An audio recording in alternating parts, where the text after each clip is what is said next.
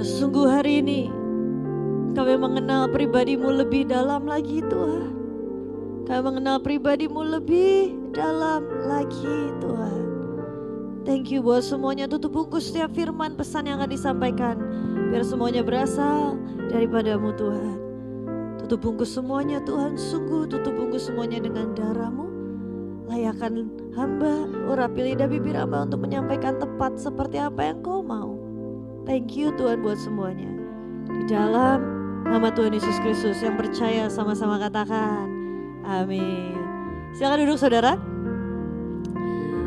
Saudara, di dalam worship night malam ini kita akan membungkus seri pengajaran nama-nama Tuhan yang sudah mungkin berapa minggu ya? 1, 2, 3, 4, 5, 6, 7, 8, 9 minggu ini kita pelajari saudara. Sempat terseling dengan beberapa pembicara tamu. Tapi hari ini di worship night kali ini temanya adalah Jehovah, atau nama Tuhan sendiri yang artinya adalah pemegang perjanjian. Saudara, kita mau buka firman Tuhan terlebih dahulu dari Keluaran 6 ayat 1 sampai dengan yang kelima.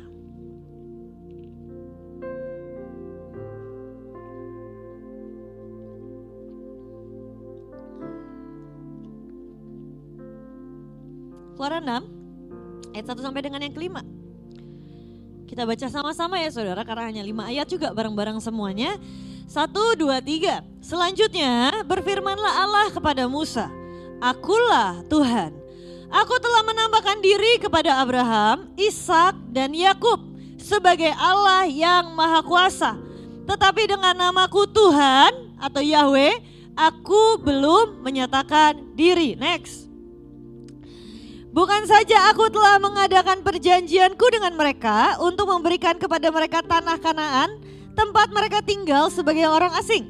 Tetapi aku sudah mendengar juga erang orang Israel yang telah diperbudak oleh orang Mesir. Dan aku ingat kepada perjanjianku. Ayat selanjutnya. Sebab itu katakanlah kepada orang Israel, Akulah Tuhan. Aku akan membebaskan kamu dari kerja paksa orang Mesir, melepaskan kamu dari perbudakan mereka, dan menebus kamu dengan tangan yang teracung dengan hukuman-hukuman yang berat. Boleh tadi di ayat yang kedua. Saudara, dalam ayat ini tertulis jelas di ayat yang kedua, Aku telah menambahkan diri kepada Abraham, Ishak dan Yakub sebagai Allah yang Maha Kuasa atau El Shaddai. Allah El Shaddai. Tetapi dengan namaku, kalau di Alkitabnya Tuhannya semua huruf besar, atau yang adalah di bahasa aslinya adalah Yahweh. Saudara, kalau di Israel mereka sangat segan untuk menyebut nama. Mereka sebut Yahweh ini 4-letter word of God. Karena buat mereka untuk mengucapkan nama itu terlalu kudus, itu terlalu luar biasa, itu terlalu ajaib, nama itu terlalu hebat. Sampai mereka berkata kita nggak layak untuk mengatakan itu. Tapi saudara, yang menarik hari ini yang saya mau bahas adalah yang pertama. Saudara, bayangkan Tuhan berkata seperti ini. Aku telah menambahkan diri kepada Abraham, Ishak dan Yakub sebagai Allah yang Maha Kuasa, sebagai El Shaddai. Aku udah memperkenalkan diriku sebagai Allah El Shaddai. Tapi dengan namaku Jehovah, aku belum menyatakan diri. Tetapi sebagai Allah pemegang perjanjian yang menjadikan perjanjianku nyata, aku belum menampakkan diri. Saudara, saya baca ayat ini, saya belajar. Ada season demi season dalam hidup kita, di mana Tuhan menampakkan satu sisi pribadinya dan sisi yang lain belum. Ada kalanya ada orang-orang yang mungkin pernah mengenal Jehovah Jireh dalam hidupnya. Ada kalanya ada orang-orang yang mereka pernah menghadapi mungkin saat mereka begitu kekurangan, terbatas, pas-pasan. Dan Tuhan menyatakan dirinya sebagai Jehovah Jireh. Tuhan yang menyediakan. Tapi mungkin mereka belum mengenal yang namanya Jehovah Rafa dalam hidupnya. Tapi setiap orang akan punya perjalanan yang berbeda-beda dalam hidupnya. Ada phase, ada sebuah fase kehidupan yang setiap orang akan lewati berbeda-beda dalam hidupnya. Tapi firman-Nya berkata, ada saatnya Tuhan berkata, aku sudah menyatakan diriku sebagai Allah El Shaddai. Tetapi sebagai Jehovah belum. Ada kalanya di mana saat Tuhan berkata, saat kita mungkin menghadapi masalah, ada orang yang pernah menghadapi kepahitan dalam hatinya, sakit penyakit, dan Tuhan berkata, kali ini aku mau memperkenalkan Jehovah Rafa dalam hidupmu. Tapi belum tentu Tuhan memperkenalkan Allah El Shaddai dalam hidupmu saat ini. So itu sebuah perjalanan yang semakin lama kan kita semakin pahami dan semakin kita ngerti. Ada sisi demi sisi yang Tuhan sedang perkenalkan kepada kita. Tapi belum tentu, seperti firman-Nya berkata, tetapi dengan namaku yang lain, aku belum, sabar. Waktunya akan tiba. The time will come saat aku memperkenalkan pribadiku sebagai ini, dan namanya macam-macam. Ada Adonai, ada El Olam, Jehovah Ori atau Tuhan adalah terangku yang kita sudah sama-sama belajar. Ada Jehovah Rohi, ada Jehovah Nisi, ada sangat banyak nama-nama Tuhan.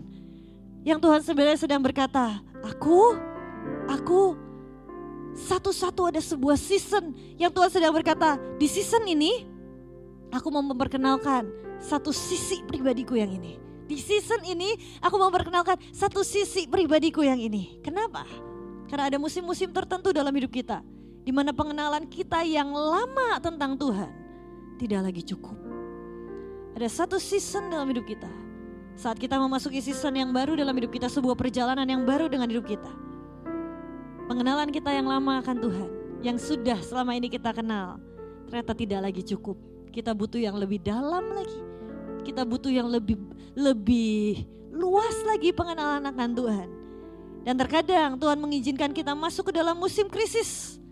Justru agar kita bisa mengenal pribadi, sisi pribadinya yang belum pernah kita kenal sebelumnya. Sedikit review saudara, kita belajar tentang Allah El Olam. Di mana Tuhan seringkali bersembunyi. Tapi Dia Tuhan yang tersembunyi di balik setiap masalah kita, di balik semua yang kita hadapi, Dia tersembunyi ada di balik semua yang kita lewati. Seringkali Dia Tuhan yang tersembunyi, tapi Dia juga Tuhan yang memegang kita dan tidak akan melepaskan kita. Kita sudah belajar tentang Allah Immanuel, yang artinya adalah Tuhan beserta dengan setiap kita. Immanuel, Immanuel. Namanya disebut Immanuel, Allah serta. Enggak gitu yang benar. Allah serta.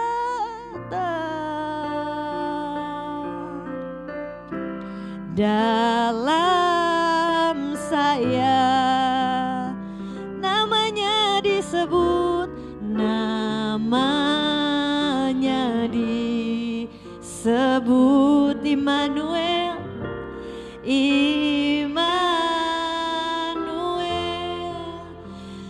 Dari Allah Immanuel kita belajar bahwa jangan sampai kita diperbudak oleh kekhawatiran.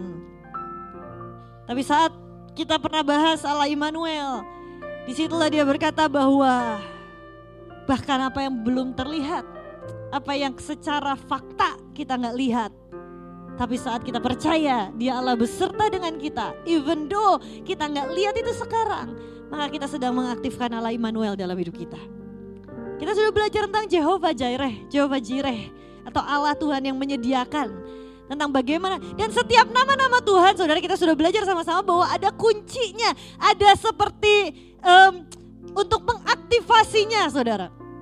Ada Jehovah Ori, Jehovah Jireh. Saat hari itu Abraham naik ke atas gunung Moria dan dia mempersembahkan Ishak di sana. Di mana mengaktifasinya adalah untuk kita melangkah terlebih dahulu, melangkah apa yang Tuhan suruh, kita melangkah terlebih dahulu, tapi juga kita meletakkan Baal demi Baal dalam hidup kita, berhala demi berhala dalam hidup kita. Ada Jehovah Ori, Tuhan adalah terangku, the Lord is my light. Adonai, Atau the Lord is my master. Ada El Shaddai, Allah Maha Kuasa. Jehovah Nisi, the Lord is my banner. Ada Jehovah Rohi, the Lord is my shepherd. Ada Jehovah Rafa, the Lord is my healer. Kita udah belajar saudara, saya gak hafal, saya juga baca. Dari stiker yang saudara sudah dapatkan ini adalah list nama-nama Tuhan yang sudah kita belajar. Nanti di akhir saya akan jelaskan kenapa saudara dikasih stiker dan dikasih bolpen ini. Artinya apa? Nanti saya akan jelaskan one by one, step by step. Tapi saudara, sekali lagi setiap musim demi musim hidup kita, Tuhan akan bawa kita semakin mengenal satu nama yang baru lagi dari sisi pribadi Tuhan. Satu nama yang baru lagi dari sisi pribadi Tuhan. Saya berdoa saudara, setelah ini setiap kali saudara dalam satu musim hidupmu, tanya Tuhan, Tuhan di musim ini Engkau mau memperkenalkan apa buat aku? Engkau mau memperkenalkan pribadimu yang mana buat aku? Apakah mungkin di tengah badai besar Tuhan sedang memperkenalkan Jehovah Shalom, bahwa dialah sumber damai dalam hidup kita? Apakah mungkin dalam semua keguncangan demi keguncangan hidup kita, Tuhan sedang memperkenalkan Jehovah Shammah? Pernahkah saudara menghadapi saat saudara sedang diperhadapkan dengan sebuah ketegangan yang begitu menakutkan? Mungkin kalau misalnya yang lagi sidang, mau kuliah, mungkin mau lulus, tegangnya minta ampun. Tiba-tiba di tengah semua ketegangan itu, engkau rasakan hadirat Tuhan yang begitu kuat. Dan kau berkata, Tuhan, Engkaulah Jehovah Shammah. Engkau Tuhan yang hadir di saat-saat benar-benar krusial dalam hidupku. Engkau Tuhan Maha Hadir. Engkau Jehovah Shammah. Dan Tuhan memperkenalkan demi memperkenalkan setiap sisi demi setiap sisi dari pribadinya. Boleh di slide yang nama-nama Tuhan.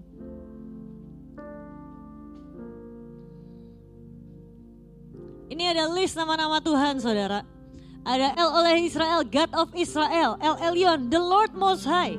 El Gibor, the Mighty God. El Olam, the Everlasting God. El Roy, the God who sees, Tuhan yang melihat. El Shaddai, the God who is sufficient for the needs of His people. Belum. El Elohenu, the Lord our God. Jehovah Elohim, the eternal creator. Jehovah Hosenu, the Lord our maker. Jehovah Jireh, the Lord our provider. Jehovah Makades, the Lord our sanctifier. Tuhanlah yang menguduskan. Jehovah Nisi, the Lord our banner. Jehovah Rohi, the Lord our shepherd. Next.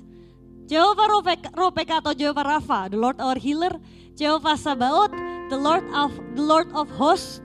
Jehovah Shalom, the Lord our peace. Jehovah Shammah, the Lord is present, Tuhan hadir. Jehovah Sideknu, the Lord our righteousness. Nama-nama Tuhan saudara yang Tuhan akan perkenalkan buat setiap kita. Tuhan akan perkenalkan pribadinya buat setiap kita. Tapi yang menarik saudara, boleh kembali ke ayat yang tadi lagi. Yang menarik adalah saudara, saat nama Tuhan ini muncul, Yahweh ini muncul, atau Jehovah ini muncul. Ini terjadi saat apa? Sejarahnya hari itu ini terjadi saat hari itu bangsa Israel sedang diperbudak di Mesir. Dan saat bangsa Israel diperbudak di Mesir, Tuhan datang kepada Musa. Tuhan datang kepada Musa dan Tuhan berkata kepada Musa, Musa, kamu menghadap ke Firaun. Minta untuk bangsa Israel dibebaskan. Minta untuk bangsa Israel dilepaskan. Hari itu Musa nurut nih sama Tuhan nih. Dia taat sama Tuhan, dia datang ke Firaun. Dia datang ke Firaun, dia bilang, Firaun, Tuhan Allah semesta alam suruh aku buat datang kepadamu untuk minta bangsa Israel ini dibebaskan. Saat hari itu Musa datang ke Firaun. Firaun marah dan Firaun bilang, Tuhan mana yang bisa membuat bangsa Israel bebas dari perbudakan? Dia marah besar sama Musa dan marah besar sama bangsa Israel. Dan apa yang terjadi? Gara-gara Musa ngomong kayak gitu ke Firaun, hari itu bangsa Israel yang setiap harinya disuruh bikin batu bata pakai jerami, tiba-tiba Firaun bilang sebuah ketetapan, mulai sekarang bangsa Israel gak usah dikasih jerami, suruh mereka cari jerami sendiri dengan bahan baku yang tidak ada, mereka harus cari sendiri dengan target produksi yang tetap sama perharinya, tidak dikurangi sedikit pun, dan semakin diperberat dan mereka harus menggunakan gandum. Saudara bayangin, hari itu, bayangin ya, Musa datang ke Firaun, bilang disuruh Tuhan untuk membebaskan bangsa Israel dari perbudakan. Yang terjadi apa? Firaun hari itu marah, dan yang terjadi adalah bangsa Israel gak dilepasin, tapi bangsa Israel malah diperberat sampai akhirnya mereka gak bisa nyampe target. Yang terjadi mereka disiksa, mandor-mandornya disiksa, mandor-mandornya semakin diperberat dan dipersulit bangsa Israel. Dan hari itu bangsa Israel marah sama Musa. Mereka bilang, kamu ngapain? Kamu ngapain gara-gara kamu kita dipersulit sekarang? Musa ngomong, aku disuruh Tuhan. Tuhan yang suruh aku pergi ke sana. Tapi hari itu bangsa Israel berkata, I see no good. Tidak ada yang baik yang terjadi. Saudara bayangin, bangsa Israel gak dilepas. Yang ada malah makin diperberat, makin dipersulit, makin dibikin susah, makin disiksa, makin diperparah keadaannya. Dan bangsa Israel semakin meragukan Tuhan hari itu dan berkata, masa Tuhan yang suruh? Kenapa there is no good dari yang kau lakukan?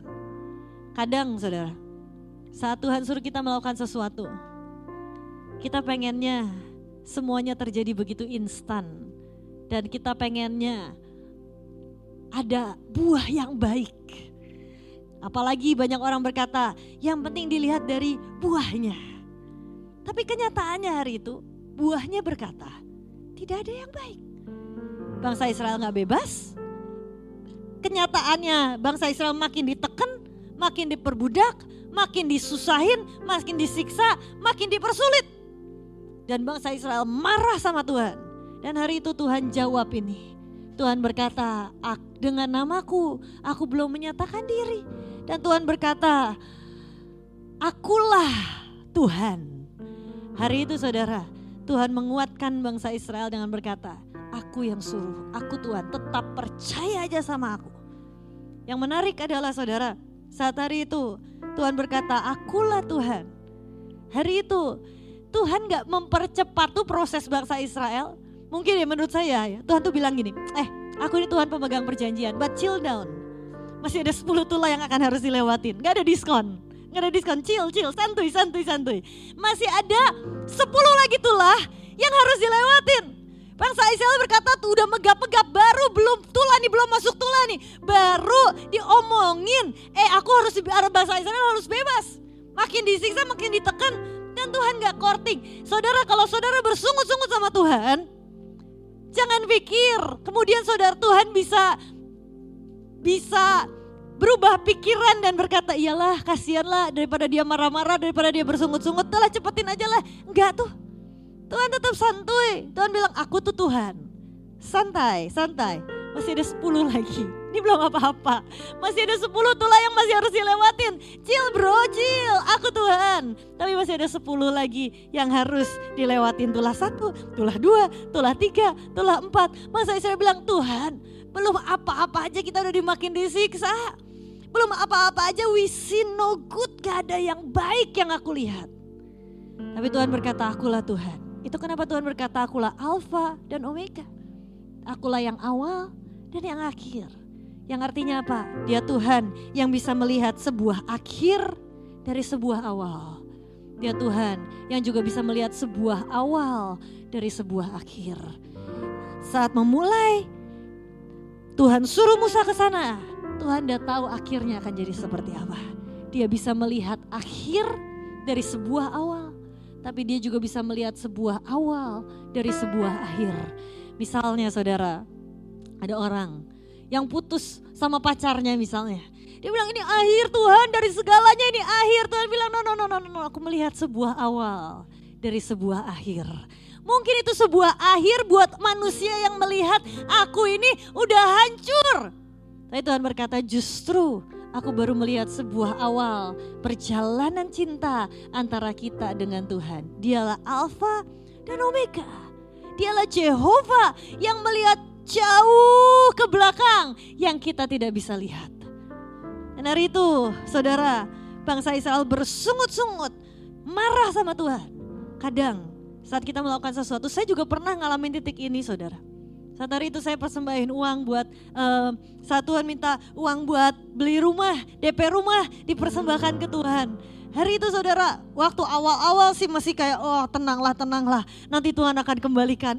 Tenanglah, nanti Tuhan akan kembalikan berlipat kali ganda. Firman-Nya berkata, siapa yang menabur, Tuhan akan kembalikan berlipat kali ganda. Siapa yang menabur dengan air mata akan pulang dengan bersorak-sorai. Aku akan pulang dengan bersorak-sorai. Realitanya, 1 bulan pertama tidak ada apa-apa, 2 bulan pertama tidak ada apa-apa, 3 bulan pertama tidak ada apa-apa, 6 bulan pertama tidak ada apa-apa, uangnya gak kembali, uang di rekening saya tetap pas-pasan. 1 tahun pertama juga tidak ada apa-apa. Sampai saya ingat betul satu titik saya marah sama Tuhan, saya udah kayak bangsa Israel saudara. Saya marah sama Tuhan, tapi saya gak berani marah, saya marahnya sama suami saya. Dia samsak tinju saya saudara-saudara. Kalau misalnya Tuhan, saya takut marah sama Tuhan, saya marahnya sama suami saya.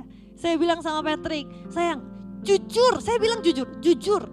Aku tuh marah sama Tuhan, aku kesel, aku bete sama Tuhan. Tapi aku gak berani, jadi aku marah sama kamu aja ya, aku bilang gitu. Aku marah, aku kesel. Kenapa Tuhan suruh kita persembahin uang, tapi kenyataannya we see no good. Uang kita habis, uang kita gak ada, harga properti makin naik, uang sebagian yang masih ada ditaruh di saham makin turun. Jadi gap kebutuhan untuk beli rumahnya makin jauh. We see no good. Saya bayangkan saudara, kira-kira harusnya saat Tuhan berkata jangan beli sekarang. Tenang, mungkin maksudnya adalah uangnya biarin di saham, nanti makin naik. Ternyata Tuhan suruh begini, pengennya begitu. Atau misalnya tiba-tiba ada orang datang, ini aku kasih uang buat kamu. Ternyata rencana Tuhan begitu, pengennya begitu. Kenyataannya yang saya jalanin, sebagian uang saya yang masih ada waktu itu di saham makin turun, harga rumah makin naik, makin gak kebeli, makin gak bisa apa-apa, makin gak cukup uangnya, dan saya marah sama Tuhan.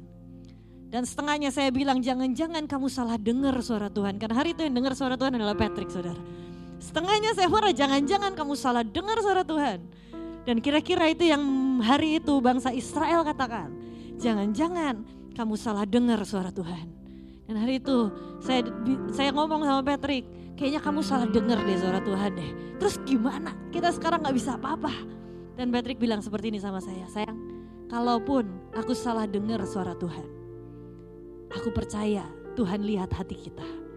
Aku percaya Dia sanggup rekayasa kesalahan dan Tuhan sanggup benahi saat motivasi hati kita benar. Buktinya kau masih protes sama Tuhan, berarti motivasi hatimu masih salah di hadapan Tuhan. Saya masih berpikir Tuhan adalah investasi. Saat saya taruh 1, Tuhan akan kembalikan 2. Saat taruh 2, Tuhan akan kembalikan 4. Dan cara pikir itu salah di hadapan Tuhan. Dan Tuhan berkata, Nona, itu bukan yang aku mau. Saudara, dan hari itu saya marah sama Tuhan. Tapi hari itu seperti bangsa Israel, Tuhan coba berkata, akulah Tuhan Allah pemegang perjanjian. I am Jehovah. Aku Tuhan Allah pemegang perjanjian. Hari itu saudara, saya benahi hati yang error ini. Saya berhadapan sama Tuhan, saya berhadapan dengan hati saya sendiri. Saya berusaha bergulat bahkan dengan hati saya sendiri dan berkata, Tuhan, buat aku bisa terima, buat aku tetap bisa jalani dengan iman, buat aku tetap bisa jalani dengan percaya. Tuhan cuma kuatin saya, akulah Tuhan. Dan sungut-sungut saya, kemarahan saya, gak bikin itu proses itu di courting, Gak ada tuh tiba-tiba besok kemudian ada sesuatu yang menggelegar, gak ada. Kemudian saya jalanin. Sehingga cerita yang saya lihat, hari itu Tuhan mulai bawa saya masuk dalam dunia properti. Waktu saya jumlahin keuntungan yang saya dapat dari properti, saudara, itu sudah berkali lipat dari yang saya waktu itu tabur di hadapan Tuhan. Dan hari itu saudara, saya cuma bilang sama Tuhan, Tuhan, You are Jehovah, Engkaulah Allah pemegang perjanjian. Saat kita jalan ikut Tuhan, kayaknya gak kelihatan sekarang kok. Dia Alfa dan Omega. Dia gak berhenti di tengah jalan. Dia lihat sebuah akhir dari sebuah awal. Dan dia juga melihat awal dari sebuah akhir. Saya pikir saat saya persembahkan uang, itulah akhir dari perjalanan cerita saya mau punya rumah. Ternyata itu hanyalah awal dari sebuah perjalanan saya dengan Tuhan. Memulai sebuah perjalanan yang indah antara saya dengan Tuhan. Sebuah awal dan akhir yang dia selalu bisa lihat. Tapi yang menarik lagi saudara, boleh dibuka dalam kitab Keluaran 3 ayat 14. Salah satu arti kata Jehovah adalah firman Allah kepada Musa. Aku adalah aku. Lagi firmannya beginilah kau katakan kepada orang Israel itu, akulah aku, telah mengutus aku kepadamu. Kebanyakan aku saudara. Aku. Tapi itu kata Tuhan. Atau bahasa aslinya adalah Ehyeh Asher Ehyeh. Aku adalah aku. Yang artinya adalah saudara, Tuhan adalah pribadi yang bisa jadi siapapun yang kita butuhkan di saat kapanpun, di saat apapun. Dia bisa jadi Jehovah El Shaddai saat kita butuh dia sebagai Tuhan Allah Maha Kuasa. Dia bisa jadi Jehovah Jireh saat kita butuh dia sebagai Tuhan yang menyediakan. Dia bisa jadi Adonai saat kita butuh dia sebagai Tuhan, sebagai Tuan dalam hidup kita, kehilangan arah. Dia jadi Adonai dalam hidup kita. Saudara, ibaratnya waktu saya baca ini, saudara, saya bingung. Maksudmu tuh apa sih Tuhan? Aku adalah aku. Aku ya aku. Aku adalah aku. Sampai saya pelajari saudara. Yang dimaksud adalah, body next. Seperti ibaratnya saudara, the blank check. Seperti sebuah cek yang kosong. Seperti Tuhan sedang berkata, aku adalah ... Aku adalah Jehovah Jireh saat kita butuh Jehovah Jireh. Aku adalah Adonai saat kita butuh Adonai. Aku adalah El Shaddai saat kita butuh El Shaddai. Aku adalah Jehovah Rafa saat kita butuh Jehovah Rafa. Dia adalah the blank check. Dia adalah cek kosong yang bukan kita yang menentukan. Yang ditulis di atas itu apa? Tapi Tuhan yang menentukan. Di dalam musim perjalananmu ini, engkau butuh ini nak. Engkau butuh cek ini nak. Engkau butuh Jehovah Jireh nak. Aku akan memperkenalkan diriku sebagai Jehovah Jireh. Karena aku adalah aku, kata Tuhan. Sayangnya banyak orang dikasih cek sama Tuhan untuk kenal pribadinya Tuhan. Tapi kita gak cairin saudara. Kita jadiin itu pajangan. Saudara, salah satu hal terbodoh dalam hidup saya yang pernah saya lakukan. Satu hari saya pernah dikasih cek saudara sama orang. Dikasih cek, senangnya minta ampun. Dasar males, magernya minta ampun. Dikasih cek gak dicair-cairin saudara. Saya taruh di lemari berangkas di rumah saya. Saya taruh dengan rapih di dalam amplop dan saya taruh. Saya taruh, senang, saya punya cek.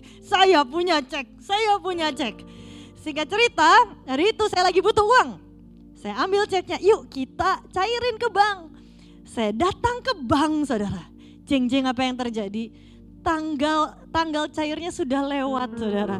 Jadi akhirnya sampai hari ini, cek itu hanya jadi pajangan di rumah saya saudara. Gak bisa dicairin.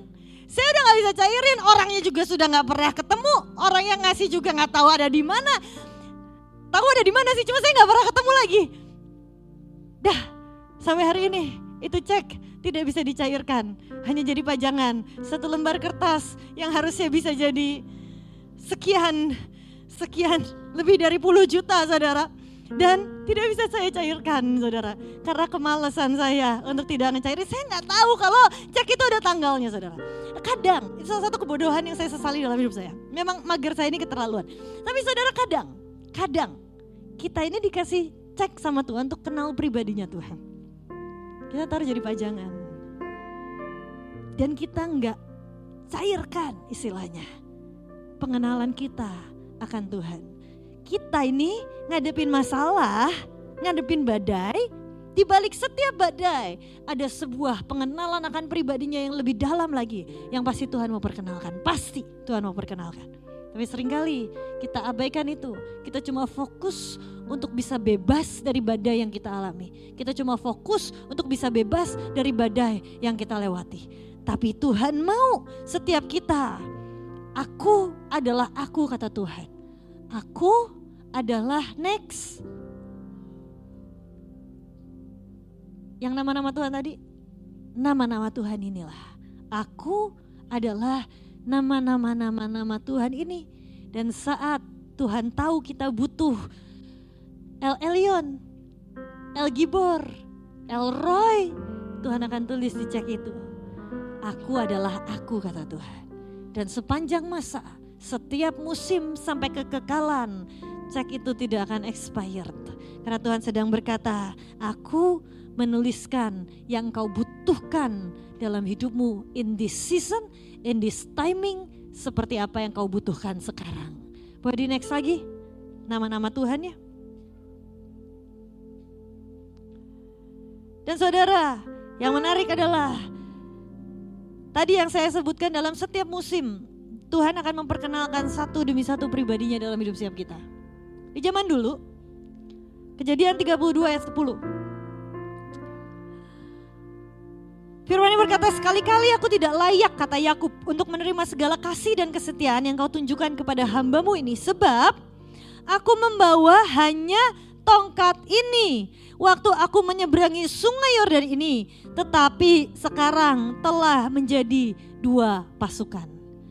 Saudara, yang menarik adalah di zaman dulu, setiap orang akan punya yang namanya sebuah tongkat. Dan di zaman dulu tongkat ini adalah seperti sebuah diary, saudara. Kalau kita dulu zamannya saya SMA, saudara, heboh orang punya diary. Dear diary, hari ini aku sedih banget.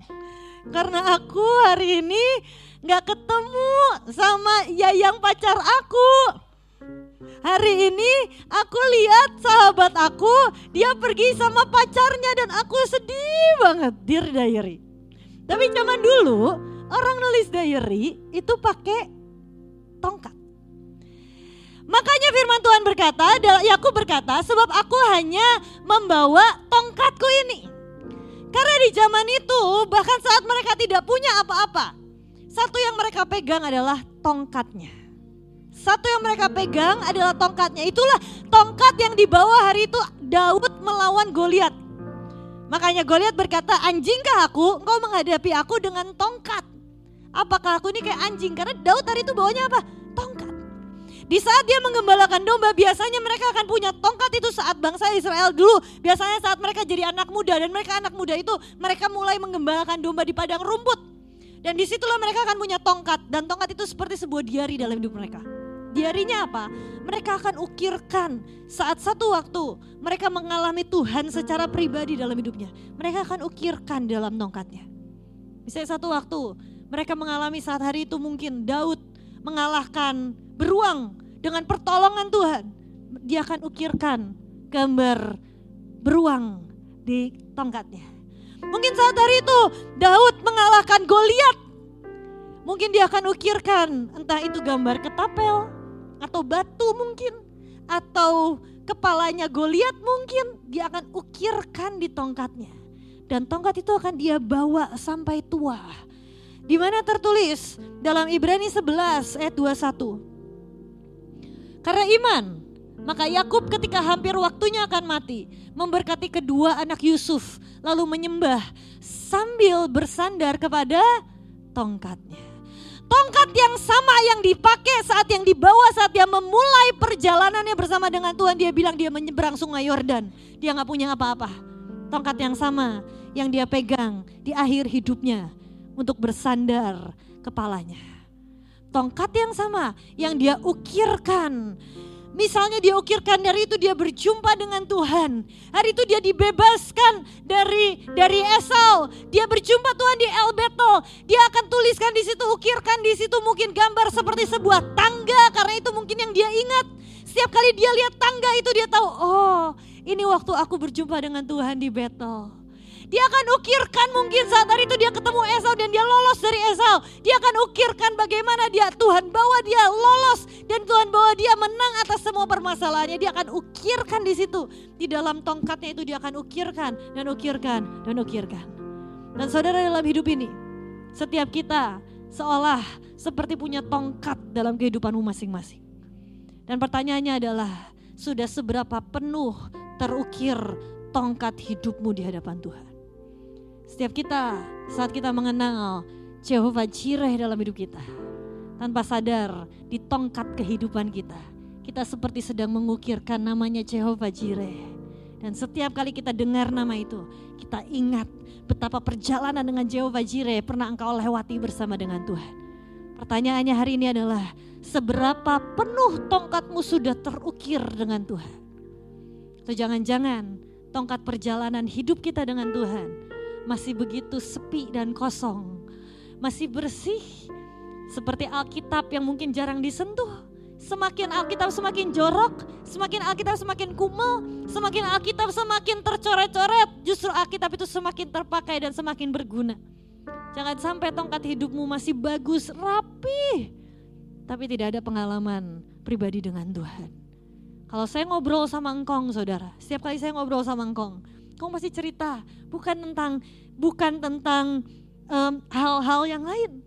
Tapi setiap kali di meja makan, engkong akan cerita pengalaman hidupnya dengan Tuhan. Dulu ya El, waktu engkong harus pindahan, cuma punya waktu sejam. Tahu gak El, engkong ini gini, Tuhan ngomong begini.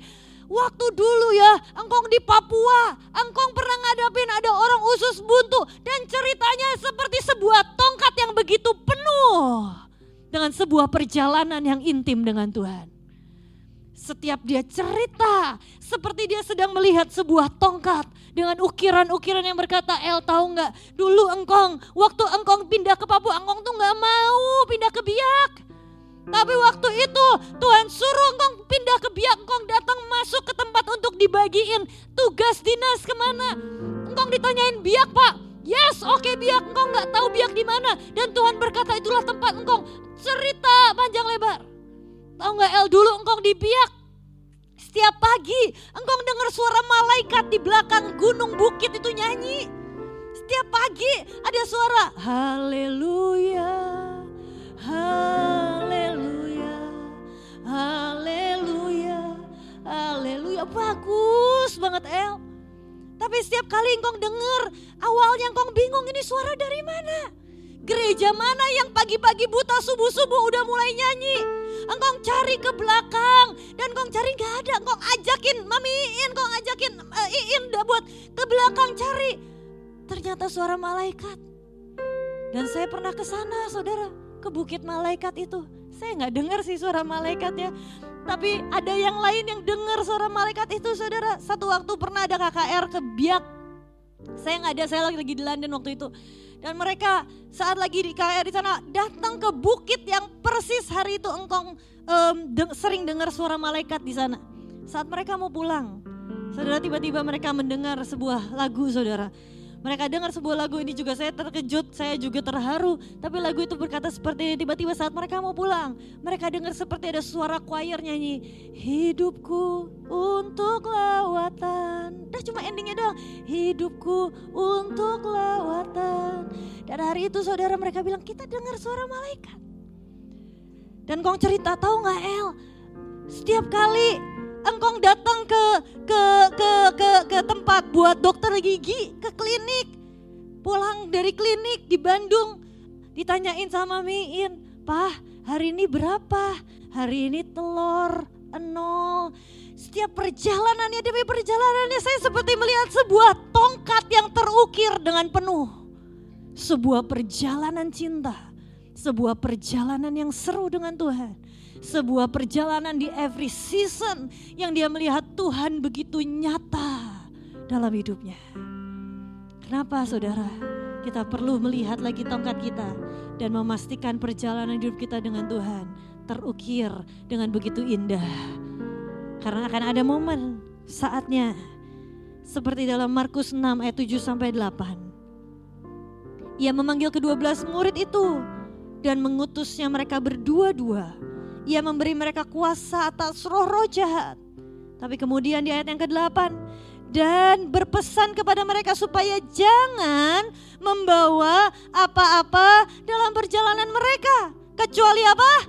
Tongkat. Roti pun jangan, bekal pun jangan, uang dan ikat dalam ikat pinggang pun jangan. Akan ada satu momen dalam hidup kita saudara, Mana kita gak pegang apapun lagi. Kecuali apa? Perjalanan kita dengan Tuhan. Akan ada satu momen dalam hidup kita di mana kita gak punya pegangan apapun lagi dalam hidup ini. Kecuali tongkat yang terukir. Kecuali sebuah memori indah antara kita dengan Tuhan. Kecuali sebuah perjalanan indah yang menjadi sebuah modal kita untuk melangkah ke depan. Dengan tidak ragu, dengan tidak takut. Karena kita tahu setiap kali kita melihat tongkat hidup kita, kita berkata, Tuhan tolong aku dulu. Apa yang aku bisa takuti dalam dunia ini? Tuhan tolong aku melewati Goliat. Apa yang bisa aku takuti lagi dalam dunia ini? Tuhan tolong aku di padang rumput. Apa yang bisa menggoyahkan aku lagi dalam dunia ini? Karena tongkat itu menjadi sandaran utama dalam hidup kita. Karena tongkat itu pengenalan akan Tuhan itu yang membuat kita berkata, Tuhan, I don't need anything else. Aku gak butuh yang lain. Tapi kita berkata, hanya Kau. Hanya Kau. Sampai gak ada lagi yang kita pegangin dalam hidup ini. Hanya Kau yang ku cinta. Suci, suci, layak, Engkau layak. Sungguh ku cinta Kau. Dan saat mungkin Tuhan satu hari berkata kepadamu, jangan bawa apa-apa ya. Hanya bawa satu yang kau akan harus pegang sampai akhir. Pengenalan akan aku. Sebuah perjalanan yang indah. Yang kau berkata, Tuhan, Engkau terlalu nyata. Bahkan lebih nyata dari apapun yang dunia ini bisa tawarkan. Engkau lebih nyata dari uang. Engkau lebih nyata dari koneksi. Engkau lebih nyata dari perlindungan macam apapun. Karena Engkau tahu saat Engkau melihat tongkatmu, Kau berkata, bukankah lewati api Engkau bersamaku dan aku menang? Bukankah lewati mamaku meninggal, papaku masuk penjara, Engkau hadir di sana. Dan Engkau membuat aku semakin jatuh cinta dengan Engkau. Apa yang aku takuti lagi? Ke London sendirian? It's okay. Apa yang aku takuti lagi? Karena aku tahu Engkau bersamaku. Sebuah tongkat yang terukir menjadi sebuah sandaran. Yang akhirnya hari itu Yakub berkata, aku udah tua, aku gak punya apa-apa. Meskipun dia sebenarnya punya segalanya. Tapi dia coba berkata, aku mau bersandar pada tongkat yang selama ini aku ukirkan dengan cinta setiap perjalanan antara aku dengan Tuhan. Hari ini saudara dibagikan bolpen. Saya cari tongkat gak ada, jadi ini adalah seperti sebuah lambang tongkat saudara. Dan di bolpen ini saudara dikasih stiker. Nanti saudara tempelin stikermu sendiri. Kenapa kita gak tempelin sih? Kita bisa aja tempelin buat saudara. Tapi yang jadi poinnya adalah setiap tongkat hidupmu bukan diukirkan oleh orang lain. Hamba Tuhan sebesar apapun, bisa khotbah sekena apapun dalam hidupmu. Hamba Tuhan sehebat, sediurapi apapun, bisa begitu dahsyat bicara denganmu. Tapi itu tidak akan pernah mengukirkan sampai ke tongkat hidupmu. Hanya satu yang bisa mengukiri tongkat hidupmu, yaitu dirimu sendiri. Antara kita dengan Tuhan. Nanti saudara, boleh sekarang saudara lihat stiker ini. Saudara tempelin stiker ini di bolpen yang saudara punya. Lambang tongkat hidupmu. Dan biar engkau sungguh mengenal Jehovah dalam hidup kita. Baik itu El Olam, The Everlasting God, Immanuel, Jehovah Jireh, Jehovah Ori Adonai, El Shaddai, Jehovah Nisi, Jehovah Rohi, Jehovah Rafa. Dan masih banyak lagi yang akan Tuhan perkenalkan dalam hidup kita.